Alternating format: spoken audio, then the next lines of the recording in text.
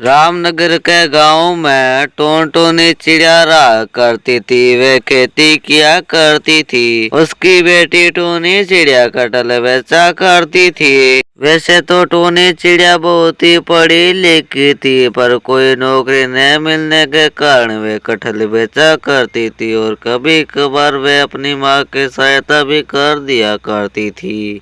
मैंने तुमको पहले ही कहा था कि पढ़ाई में कुछ नहीं है। मैंने तुमको मुश्किल से पढ़ाया लिखा है, मेरी सारी जमीन गिरवी रखो तुमको पढ़ाया मैंने, फिर अब तुमको नौकरी भी नहीं मिल रही है। अब तुम ही बताओ कि हमारे सारी जमीन जायदाद हम कैसे छुड़ाएं? माँ, इसमें मेरी क्या गलती है? नौकरी नहीं मिल रही है तो मैंने तो अपनी सारी हिम्मत लगा दी थी पढ़ने के लिए, फिर अब मैं क्या करूँ? तुम ही बताओ, मुझको नौकरी नहीं मिल रही है तो। लेकिन अब तुम कटहल बेच रही हो, अब जाकर कहीं नौकरी लग जाओ, कहीं तुमको कुछ 2 रुपए ज्यादा मिल जाएंगे, कहीं बाहर जाकर दुकान पे रह जाओ। अरे दोस्तों, पहले वाले वीडियो में आपने इतने कम कमेंट क्यों किए थे? मुझको बहुत बुरा लगता है आप कम कमेंट करते हो, तब जाकर जल्दी से कमेंट कर दो प्लीज। और मैं आपके कहने पर ही कहानी बनाती हूँ, फिर आप कमेंट क्यों नहीं करते हैं? और कमेंट के साथ साथ शेयर भी कर देना, लाइक भी जरूर करना दोस्तों। अब नीचे स्क्रीन पर आ गए हैं तो जल्दी कर दो। और हाँ, रोजाना ऐसी कहानियाँ देखने के लिए हमारे चैनल को सब्सक्राइब करना मत भूलना।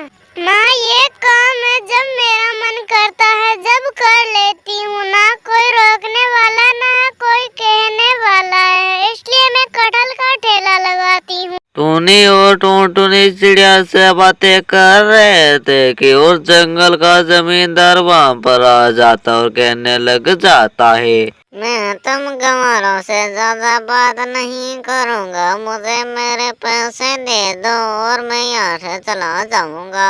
वो क्या है जमींदार साहब, हम पूरी कोशिश में लगे हैं पैसा इकट्ठा करने पर, हमारे पास अभी पैसे नहीं है, हम जल्द अपने पैसे चुका देंगे। मुझे पता था कि आज ही मुझको खाली हाथ ही लौटना पड़ेगा, पर अब के जैसा नहीं होगा। अरे कालू बेटा, जल्दी से इनके घर का सारा सामान बाहर फेंक दो, जूते चप्पल भी नहीं रहनी चाहिए अंदर। और फिर कड़कनाथ जल्दी जल्दी अंदर जाता है और उस दोनों के घर के अंदर से सारा सामान बाहर फेंक देता है। अरे पिताजी, क्या मैं ये कटहल का ठेला भी ले लूं? अरे इतनी पढ़ी लिखी होकर भी कटहल बेच रही हो, धिक्कार है तुम पर। हाँ बेटा, ले लो, ये भी ले लो। नहीं, ऐसे को बिल्कुल भी मत करना, मैं आपके पैसे जल्दी चुका दूंगी। आप जल्दी से यहाँ से चले जाइए, इसके बिना हमारा कारोबार ठप हो जाएगा, हम माँ बेटी दोनों भूखी मर जाएंगे। टोनी चिड़िया उसके सामने बहुत ही गिड़गिड़ाती है, लेकिन कड़कनाथ और कालू को उन दोनों की एक भी बात नहीं सुनते और उन सारे घर का सामान बाहर फेंक देते हैं और वे कटहल का ठेला लेकर चले जाते हैं। अरे भगवान, आप हमारे गरीब जैसे को क्यों परेशान करते हैं? हमने आपका क्या बिगाड़ा है? मैंने मेरी बेटी को पढ़ाने के लिए सारी जमीन जायदाद गिरवी रख दी कि मुझको नौकरी मिल जाएगी, पर आपने वो भी छीन ली। हमको इतना दुख तो मत दीजिए। चुप हो जाओ माँ, चुप हो जाओ। कभी कभी तो ऐसा लगता है कि भगवान है भी नहीं। पता नहीं ये हमारे साथ क्या हो रहा है। टोनटोनी चिड़िया गुस्से में एक पत्थर उठाती है और उस पत्थर को आसमान में फेंक देती है। वह पत्थर पास वाले जंगल में जाकर गिरता है। वहाँ जाकर गिरता है, यहाँ पर एक मटकी थी, वह मटकी फूट जाती है, उसमें से तोता बाहर निकलता है। अरे भाई, मुझको किसने आजाद किया?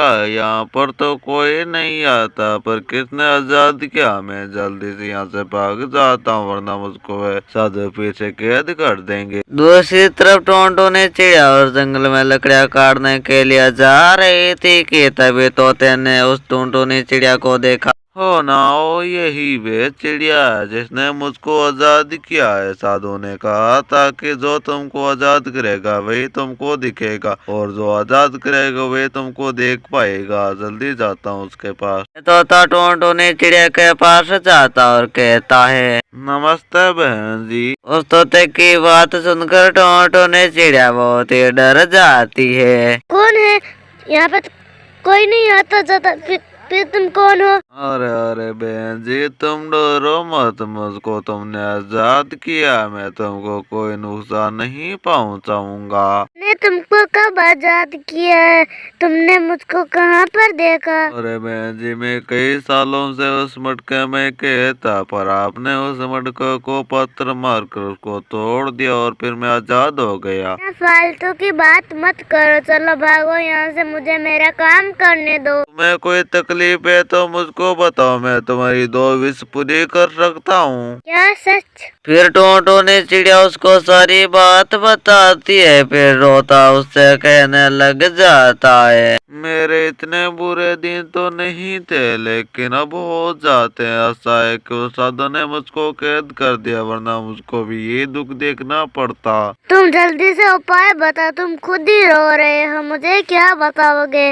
मैं तुमको एक वरदान देता हूँ कि तुम जो भी खेती करोगे वह तुम्हारी खेती कारोबार बन जाएगी। यानी कटहल की खेती? क्या बकवास कर रहे हो? तुमको ये बकवास लग रहा है तो तुम एक पत्थर जमीन में गाड़ कर देखो। फिर टोनटोनी चिड़िया ने ठीक वैसा ही किया, जमीन में पत्थर गाड़ देती है और फिर उसमें पानी डालती है। तो फिर कुछ देर बाद उसमें से कटहल निकलने लग जाते हैं। फिर टोनटोनी चिड़िया हैरान हो जाती है, ये तो सच में कटहल की खेती हो गई। मैंने तो तुमको ठीक ही कहा था, पर मैं तुमको दूसरा वरदान देता हूँ कि जिसने भी तुमको तंग किया था वह तुमसे गिड़गिड़ाते हुए माफी मांगेगा। थोड़ी देर बाद कड़कनाथ और कालू कौवा टोनटोनी चिड़िया और टोनी चिड़िया से माफी मांगने लग जाते हैं। जो कुछ भी हुआ भूल जाओ, अब किसी गरीब का दिन मत दुखाना, उसकी हानि समझना। दिन के बाद से टोनटोनी चिड़िया कटहल की खेती करती और उसको बाजार में बेचकर खुशी खुशी रहने लग जाती है।